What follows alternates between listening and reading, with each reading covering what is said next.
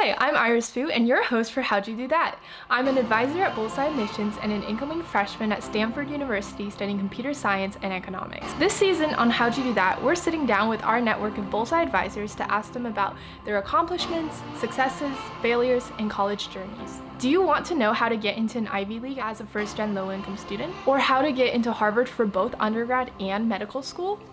The medical school has a 2% acceptance rate. What about how to get into the music industry? Win a Fulbright scholarship? We're diving into all these impressive feats and more this season to ask our advisors, how'd you do that?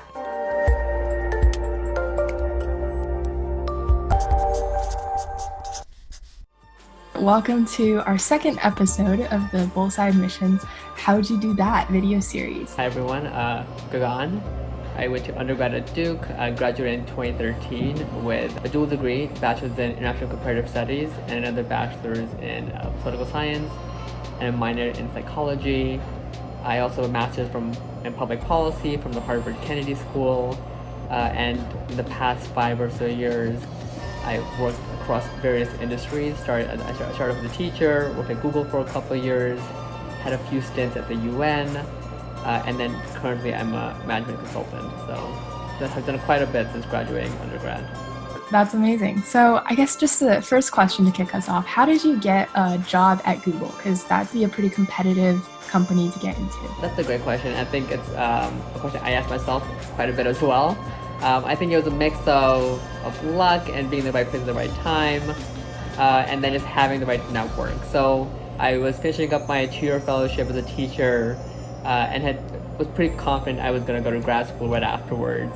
But then just by happen chance, I saw a friend who posted that Google was hiring, and I was like, why not? Like, put my hat in the ring. And a handful of interviews later, I had a job. So I think it was really just knowing the right people, but I think also just having a background that was one that emphasized, driving ambiguity, the ability to kind of work effectively and efficiently.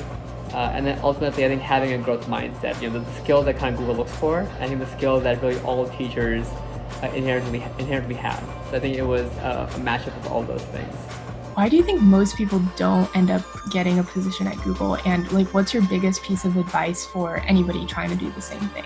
Google is a company that I think looks at 2 facets. Of course, there's the hard skills. Do you have the job relevant skills to do the job? I think that's paramount. People apply that and they may have 10 or 20% of the job skills, but given that Google receives so many applications, they get to pick and choose. So you definitely want to be somebody who's applying to meet those job requirements 110%. I think second really goes down to culture. Our culture was called being googly and googliness. Do you thrive in ambiguity? Are you someone who is action-oriented? Are you results-oriented? Mentioned before, do you have a growth mindset?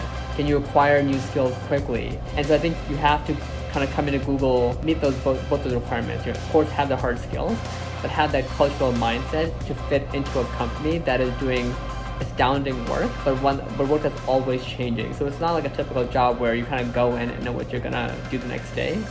It's one that has constant change, and so they look for people who are open to that on a regular basis. I think maybe a lot of students are thinking if I want to get a job at Google, what should I be doing in college? What internships should I pursue? So what would you say to that mindset? And also just in general, could you answer their questions, and do you have any recommendations? Looking back at when I was in high school, where I am right now was never part of the picture. I had never expected to live in China. I never expected to work in tech, work in consulting. That was where I am now is 140% different than what I expected my life would be. So I think it's very hard to plan. Recommend that anyone plan their future out 10, 20 years down the road. Obviously have big ambitions, but to say, at 27, 28, I want to be working at X company doing Y role, I think that's really tough. Having said that, I think what I would emphasize to anyone in high school and anyone, of course, in college, take time to reflect on what you care about. What do you value? What kind of impact do you want to have, and what drives you? High school and then college, I went in with a very open mind. I want to just try different things, figure out what I like, what I don't like, and ultimately I came out of those experiences with a very holistic background, so that no matter where I went, whether it was teaching or in tech or in consulting, I could always find a footing and I could always use some part of my background to make it work. So I think as I kind of reflect on what should all high schoolers or college students kind of think about, it is kind of developing that holistic background, because you never know where life takes you, and you want to be ready for kind of anything. Could you tell us about how you were able to succeed in the consulting recruiting process? Because that's also pretty competitive. And if you were to go back and do it all over again, what would you say to your younger self? But for consulting, it was, I would say, maybe like three-part. I think one was, spending, of course, ample time researching companies. Obviously there are a lot of companies that do consulting, and you want to find one that meets your background, your skill set, your ambitions, and ultimately your values as well. So I think for me, it was doing that hardcore research of trying to figure out, what are all the companies that exist out there, and what are the companies that I'd be happy to work for, and for whom clients I would actually want to engage with. I think second, of course, is doing the sit down, hands-on case interview prep. So I did quite a bit of prep, both personally in terms of just reading cases, but then having a lot of case partners, both in person and then online ones as well. So there's tons of resources online that are available for students to use. And then third, I think this is really important for really any kind of job, is having that network. So part of the way I was able to figure out that that this company was hiring and learn about the process was by the sheer fact that I knew somebody who worked here through my grad program, and through various emails was able to connect with her, learn more about the company, get a referral, and then ultimately move through the process. So I'm a big proponent of networking. I know it's a dirty word for some, but ultimately it is how you learn about all the cool stuff that's happening. And we all go to these great schools, and we all have these great friends and friends of friends, I think, who we should be utilizing a little more effectively. So I am a big proponent of networking. I think all my jobs so far have come to networking. So I think for me, ultimately it was that hodgepodge of those three that I just mentioned. 100% agree on the networking part. I think nowadays during COVID and everything, all the internships I've gotten this summer and previously have been through word of mouth or just connections. Cool. So another theme that seems to have emerged from our conversation so far is your kind of just jumping into opportunities that come up and not really planning, as you said, 20, 30 years ahead. So I'm curious as to what your decision-making framework is. How do you decide which opportunity to take? How did you decide to go or apply for Harvard Kennedy School and, go into Google, then go into consulting? For me, the first 10 years of my career have really been one where I'm just trying to learn more about myself. What do I value? What do I care about? And what interests me? The ability to kind of build skills, acquire the most knowledge that I can. Having said that, I think for me, there have been three common themes that have really driven everything I've done so far, and what I hope will continue to drive me as I kind of move forward. I think the first really was, I want to be in places where I can work with really smart, inquisitive people. And everywhere I've gone so far, I've worked with people who've challenged me to be better, who've challenged me to be more effective, and it would challenge me to kind of think more thoughtfully and critically. So for me, that's quite important in really anywhere I work. I think second really comes down to, I want to be in places where I can create value for whomever I'm working with or for. Whether I was in a village in China, where my current work where I advise clients going through their challenges, it's value creation, it's value building. And I enjoy being in place in a situation in which I can create value. And then third, and perhaps the most important, as I kind of think about where do I kind of take my job options and also my career options, it ultimately comes down to impact. Can I be in places where I can have sustainable, transformational impact?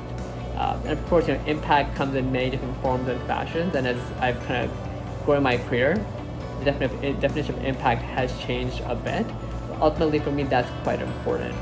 So I think as you kind of reflect on my background, and in some sense it does look like I've jumped from from A to B to C, but I think there has been a very common thread for me, and I think it's those three core missions, and really everything I've done so far has been pillared on all those three, and I do expect that as I look to the future, they will still be present and the one kind of driving me towards my next steps.